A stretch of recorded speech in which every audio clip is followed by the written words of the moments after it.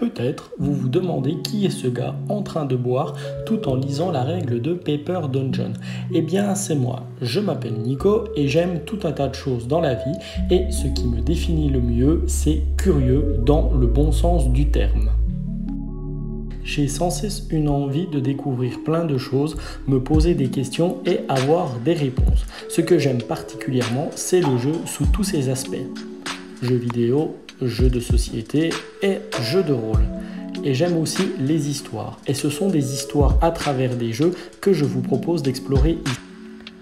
Et pour cette première histoire, nous partons en été. Profitant de quelques jours de repos, je me pose devant la TV et en zappant, ça ne manque pas, je tombe sur le Tour de France.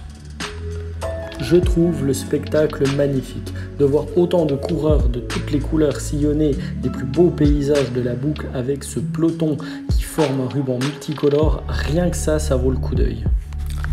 J'ai beaucoup d'admiration pour ces athlètes hors du commun qui parcourent des dizaines de kilomètres. Moi, j'en serais bien incapable. D'une part parce que je n'ai pas le matos et d'autre part, beaucoup plus délicat, à peine sorti de chez moi, voilà ce que je me paye. Un col de 5e catégorie dès le kilomètre 0. Revenons-en au Tour de France et plus particulièrement au cyclisme. Et là, je choisis le cyclisme dit d'endurance que l'on va différencier du cyclisme de vitesse que l'on peut voir notamment dans un vélodrome. Eh bien moi, quand je regarde, j'ai une petite frustration car je suis un joueur qui aime comprendre la mécanique ou en quoi un sport ou un jeu attire l'attention par son but et ses finalités. Il suffit de prendre l'exemple de quelques sports bien retranscrits dans des jeux de société. À titre d'exemple, pour le football américain, nous avons NFL Showdown qui est excellent pour comprendre les positions d'attaque et de défense. On a aussi l'excellent Formule D qui lui va retranscrire à merveille les courses de Formule 1 et comment bien prendre une trajectoire. Nous allons prendre un exemple concret, le snooker. Après quelques observations de partie, au-delà de comprendre qu'il faut mettre les bibilles dans les trous, on comprend aussi qu'en plus de la dextérité qu'ont les joueurs, il y a derrière tout un aspect stratégie, à savoir l'alternance billes rouges, billes de couleur, avec toute l'importance d'un bon replacement pour enchaîner les coups.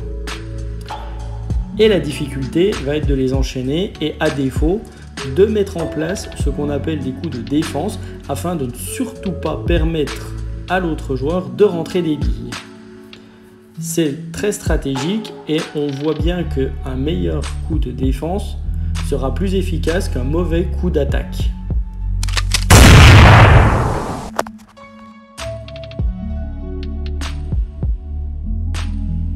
Oui mais voilà, après plusieurs étapes regardées, je ne me sens pas plus avancé, je ne comprends toujours pas cette mécanique. Et parfois dans ces cas-là, je me tourne vers le jeu vidéo qui va souvent mettre en lumière les rouages d'un sport qu'on ne peut pas percevoir à la télé ou dans un stade. Exemple, le baseball ou encore le football américain.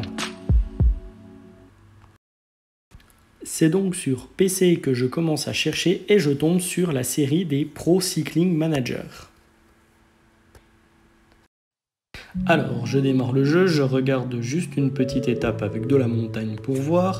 Je décide, après avoir pris l'étape, de prendre Citroën AG2R et je commence une étape. Alors, je commence et je choisis. C'est parti, donc je contrôle par des commandes à gauche tous les coureurs, et ils sont assez nombreux, hein. Je ne comprends pas toutes les commandes et tous les termes techniques. Certains attaquent mes coureurs sont largués, je leur dis de rejoindre le peloton, mais mince, ils sont fatigués. Et mon leader, il est où mon leader dans tout ça? Qui doit relayer du coup? Mais ça veut dire quoi relayer au fait? Oh puis mince, j'ai raté des points de montagne, là je vois que l'étape elle est pas pour moi, mais je m'en fous de maillot à pois. Oui? Non? Je sais pas. Oh là, va plus vite du temps, voilà. Si on n'y connaît rien, c'est pas simple de gérer toute une équipe. Je vais donc essayer le Tour de France sur console. Ici, on va contrôler qu'un seul coureur. Le plus souvent, c'est le leader. Donc je démarre, je suis sur mon vélo, Je choisis mon personnage. Oh, déjà graphiquement c'est plutôt joli, hein. Faut reconnaître que c'est plutôt pas mal. Donc voilà, moi je suis prêt à démarrer la course. Alors on est au milieu du peloton, c'est très bien, enfin je suppose. Donc voilà, on peut gérer sa puissance, on peut essayer de prendre de l'aspiration. Bon, c'est vrai que le jeu est plus abordable dans la mesure où on n'a qu'un seul coureur. Le jeu est prenant et on va être un maillon d'une équipe, donc ça c'est plutôt pas mal.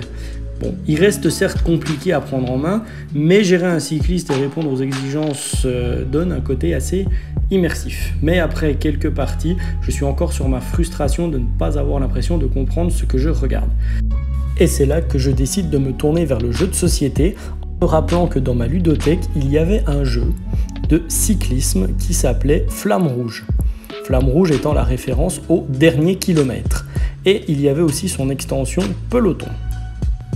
Je prends donc la boîte et là je suis sous le charme du graphisme.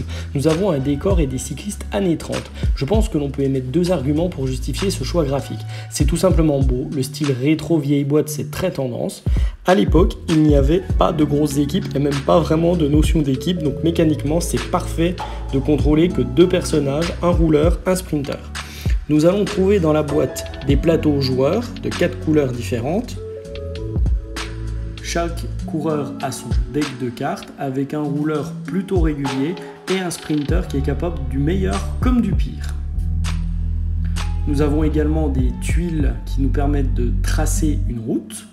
Et nous avons aussi la force du jeu, ce sont des jolies figurines avec rouleur et sprinter de chaque couleur, le rouge, le vert, le bleu et le noir. Et si on met tout en place, on obtient une partie de Flamme Rouge avec un peloton qui va tout faire pour remporter la victoire. À chaque tour, nous allons avoir une phase de programmation où les joueurs vont choisir parmi 4 cartes le nombre de mouvements que va faire son rouleur et son sprinter. Chaque carte utilisée est défaussée définitivement, donc il est important de bien gérer la fatigue de ces cyclistes. La règle est simple, il y en a 2 à savoir. Si vous avez une case d'écart avec un autre concurrent, vous bénéficiez de l'aspiration. Dans le cas contraire, vous allez devoir prendre une carte fatigue. À vous donc de bien gérer vos 2 coureurs et leur fatigue afin d'être le premier à franchir la ligne d'arrivée. Vous avez également l'extension Peloton qui va ajouter une mécanique supplémentaire avec un système d'enchères en début de partie pour créer une échappée. Et vous aurez également 2 nouvelles équipes pour faire des courses non pas à 4 joueurs mais à 6 joueurs avec une variante pour jouer en équipe. Je suis donc revenu quelques jours plus tard regarder une autre étape du Tour de France et même si je ne comprends encore pas toutes les mécaniques, Flamme Rouge m'a apporté un début de réponse et ce jeu, je ne peux que vous le recommander.